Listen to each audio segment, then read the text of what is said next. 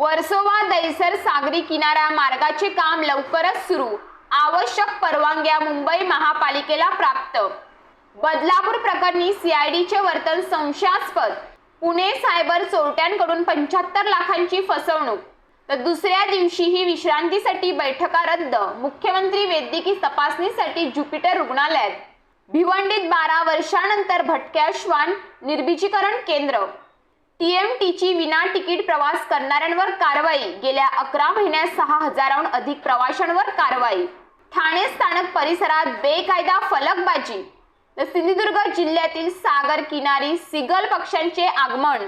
दक्षिण भारतातील फेंगल चक्रीवादळाचा तळ कोकणातही परिणाम, सिंधुदुर्गात काही ठिकाणी पावसाच्या हलक्या सरी कोसळल्या। तर भाजपाने बंजारा समाजाच्या आमदारांना मंत्रिपद द्यावे, बंजारा समाजाची मागणी।